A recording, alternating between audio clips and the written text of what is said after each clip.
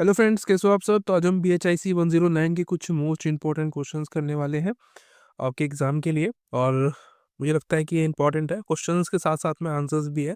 तो आप लोग जो है वीडियो को लास्ट तक देखना, ताकि आपको चीज़ों को समझ में आ जाए और आप एग्ज़ाम में लिख पाओ। अगर आप एग्ज़ाम के आधे घंटे पहले भी देख रहे हो तब भी ये वीडियो आपके लिए हेल्पफुल होने वाली है। क्योंकि ये जो अगर क्वेश्चंस आ जाते हैं बाई चांस एग्ज़ाम में, वैसे कोशिश तो मेरी ये रहती है कि आए, उन क्वेश्चंस को मैं छाँट के लिखवाता हूँ जो कि मुझे लगता है कि इंपॉर्टेंट है।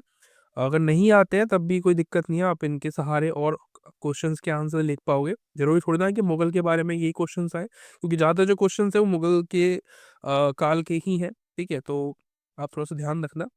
सबसे पहला है बेबर के आक्रमण के समय, बाबर सॉरी बेबर कह रहा हूँ, बाबर के आक्रमण के समय भारतीय उपमहाद्वीप की राजनीतिक संरचना कैसी थी, ऐसा कुछ पूछ रहा है। यानी कि जब बाबर आया इंडिया में, तो उस समय इंडिया की, यानी कि जो इंडिया का जो नॉर्थर्न पार्ट है उसकी जो राजनीतिक संरचना, यानी कि एक पॉलिटिकल स्ट्रक्चर था, वो कैसा था, ये पूछ रहा है।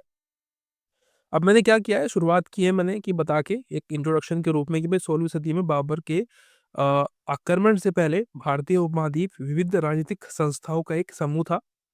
दिल्ली सल्तनत जो कभी एक शक्तिशाली शक्ति था, काफ़ी कमज़ोर हो गया था। तो क्या है, ये एक पॉलिटिकल स्ट्रक्चर है जो इंडिया में, जो नॉर्थर्न इंडिया है, ठीक है, हमारा जो उत्तरी भारत है, उसमें जो देखने को मिला है। नहीं, दिल्ली में जो दिल्ली का सल्तनत थे वो बहुत ज़्यादा पावरफुल थे, लेकिन फिर बाद में उनकी जो पावर्स थी वो कम होती चली गई। अब रीज़न्स यहाँ पे नहीं पूछा तो हम नहीं बता रहे हैं, अगर पूछता तो मैं वो बताता। अब संरचना की बात कर रहा है तो मैंने यहाँ पे बताया है संरचना, ठीक है। सबसे पहले दिल्ली सल्तनत का पतन हुआ, सबसे पहली चीज़, और राजपूत राज्यों का उदय हुआ। अब देखो, बाबर जब आया तो चीज़ें बहुत ज़्यादा कमज़ोर हो चुकी थी, ठीक है? तो उनको बहुत हेल्प मिली, बड़े ही आसानी से उन्होंने पूरे इंडिया पे राज किया, ठीक है? तो राजपूत राज्य थे छोटे-छोटे से, तो इनका कोई ज़्यादा इतना इम्पोर्टेंस नहीं रहा। और दक्षिण भारत की बात करें तो भाई विजयनगर साम्राज्य में जो कृष्णदेव राय थे, ये बहुत इम्पोर्टेंट है, इनको आपको याद रखना पड़ेगा। और अन्य छोटे राज्य जैसे कि मालवार, ठीक है? ये मालवार आपका इंडिया के इस वाले हिस्से में है, ठीक है? मैंने मैप बना रखा है, आपको भी ये एग्ज़ाम में बनाना है। गुजरात में गुजरात में था, और गुजरात यहाँ पे आता है, आपको पता है। और एक बंगाल का एरिया है जो कि इस तरफ आता है, ठीक है? तो ये बंगाल है। और ये दिल्ली सल्तनत कौन-सा एरिया होता है? ये जो ये पूरा दिख रहा है ना आपको सांप की तरह, ये दिल्ली सल्तनत है। बहुत ज़्यादा बड़ा एरिया था, और ये राजपूतों का एरिया था यहाँ पे, ठीक है? इधर की तरफ राजपूत थे। तो देख लो, ये जो है मैप है, और ये विजयनगर साम्राज्य का तो आपको पता ही है। ये इधर विजयनगर साम्राज्य था, बाकी आस-पास में और भी राज्य छोटे-मोटे थे, आप इनको याद रख सकते हो। एग्ज़ाम में आपको ये मैप बना के दिखाना होगा, ठीक है? वैसे लोग आपको बोलते नहीं हैं सब करने के लिए, लेकिन मैं कह रहा हूँ क्योंकि आपको नंबर अच्छे मिले, ठीक है? इससे नंबर अच्छे मिलते हैं, ठीक है? तो स्ट्रक्चर मैंने आपको बता दिया कि कैसे-कैसे था बेबर के आक्रमण के समय और उससे पहले, तो आप इसको याद रख लेना। दूसरा क्वेश्चन है मुगल राज्य की प्रकृति के बारे में। तो ये मैंने PYQ जो एनालाइज़िंग वाली वीडियो है, वहाँ पे मैंने बता रखा है कि क्वेश्चन कितने इंपॉर्टेंट है, क्योंकि ये बार-बार आते हैं। तो प्रकृति पूछता है बार-बार कि भई नेचर बताओ मुगल काल का, तो प्रकृति मैंने डायरेक्टली बता रखा है कि भई केंद्र शासित प्रदेश थे, यानी कि जो पावर थी वो सेंट्रल गवर्नमेंट से चलती थी। जैसे कि केंद्र सरकार है हमारे इंडिया में, लेकिन केंद्र सरकार अपने पूरे इंडिया के लिए जो कुछ काम उसके दिए हुए हैं संविधान ने, उसके अकॉर्डिंग काम करती है। लेकिन यहाँ पे जो था, यानी कि जो मुगल शासन में सिर्फ़ केंद्र था सब कुछ, और वो उसने जो बोल दिया वो बोल दिया, ठीक है? वो होता था। तो पूरा जो काम था वो सेंट्रल गवर्नमेंट सँभालती थी, यानी कि मुगल के जो राजा होते हैं, वो सँभालते थे। और धार्मिक सहिष्णुता का मतलब होता है, सभी धर्मों का सम्मान करते थे भई, ठीक है? मुगलों की ये ख़ासियत थी कि वो सभी धर्मों का सम्मान तो करते थे, ठीक है? उसके अलावा सैन्य शक्ति, यानी कि जो उनकी, आपको पता ही है कितनी ज़्यादा पावरफुल थे उनने उनकी सेना, तभी तो वो जीत पाए सभी राज्यों से। और आर्थिक समृद्धि था, जिसका कारण था कृषि, व्यापार और उद्योग, ठीक है? तो ये 3 कारणों से इनकी आर्थिक वृद्धि थी, जिसकी वजह से क्या होता है, सेना को भी बेसिकली काम पे रखोगे आप किसी व्यक्ति को, तो उसको सैलरी तो दोगे ना, पैसे दोगे, उसको वेतन दोगे। तो ये जो आर्थिक समृद्धि जो होती है, उसकी वजह से आपको, आपके पास सेना भी भरपूर होती है, ठीक है? क्योंकि पास पैसा है, तो पैसे से सेना आप खरीद सकते हो।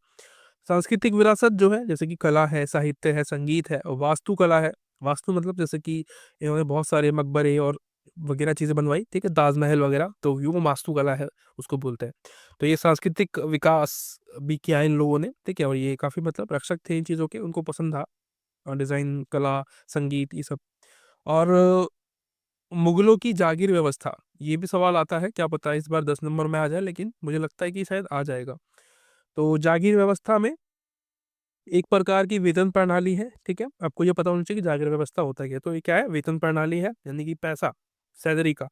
इसमें क्या होता है, शासक अपने अधिकारों और सैनिकों की भूमिका का सॉरी भूमि का एक हिस्सा प्रदान करता है। क्या होता है इसमें कि जैसे कि मैं राजा हूँ, तो मेरी जो प्रजा है, मेरे जो मतलब सैनिक है जो मेरे लिए काम करते हैं, मैं उनको क्या करूंगा, एक एरिया दे दूंगा अपने राज्य में। जैसे कि मेरा मेरा ये पूरा राज्य है इतना बड़ा, ठीक है।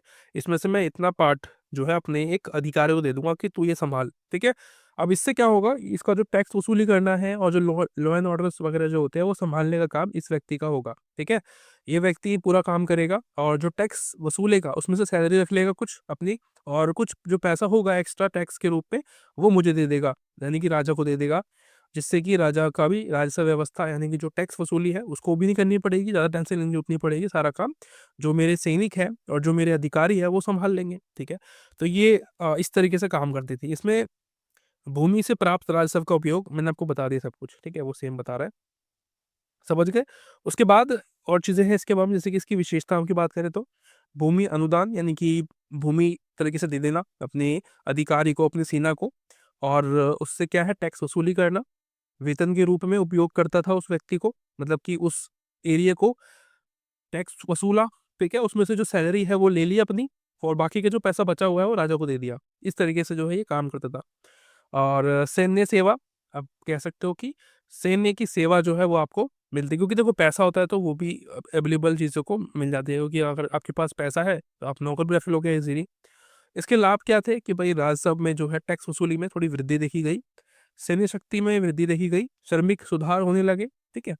और इसके नुकसान भी थे काफ़ी, जैसे कि कृषि उत्पादकता में कमी आई, और जो जागीरदार थे यानी कि जमींदार थे वो पावरफुल होते चले गए। तो उससे जो है जो अन्य जो गरीब व्यक्ति है उसको बहुत परेशानी होती है। ये जमींदारों ने ज़िंदगी खराब की है पूरे इंडिया की, ठीक है। तो ये है। उसके अलावा चौथा क्वेश्चन है, जमींदार कौन थे? इनके कर्तव्य और अधिकार के बारे में बताइए। तो जमींदार आपको बता दिया मैंने पीछे कौन थे, ठीक है। उनके पास ज़मीनें हुआ करती थी और उस ज़मीन से वो टैक्स वसूली करते थे, है ना? अब देखो जैसे अंग्रेज लोग आए थे तो उस समय भी ज़मींदारों को काम दिया गया था कि तुम टैक्स वसूली करोगे, ठीक है। और ज़मींदार अंग्रेजों से पहले भी जो मुगल थे इन लोगों ने भी जमींदारों को यही काम दे रखा था कि तुम्हारा काम टैक्स वसूली करने का है, ठीक है। तो ये जमींदार तो मतलब जिंदगी के मजे ले रहे थे बिना किसी मेहनत के, ठीक है। तो ये है। और इसमें कर्तव्यों की बात करें, यानी कि इनके जो काम वगैरह थे वो पूछ रहा है। सबसे पहला है टैक्स वसूली करना, ठीक है। दूसरा काम भूमि का विकास होना, यानी कि जो लैंड है उसका विकास करना, ताकि ज्यादा रेवेन्यू जनरेट हो पाए, टैक्स वसूली कर पाए हम लोग। कानून और व्यवस्था बनाए रखना, यानी कि लॉ एंड ऑर्डर जो है वो मेंटेन करके रखना, ये किसका काम था? जमींदारों का काम था। और कला और जो संस्कृति है उसको एक तरीके से रिजर्व करना, संरक्षित करना, ठीक है। तो ये किसका काम था? जमींदारों का काम था।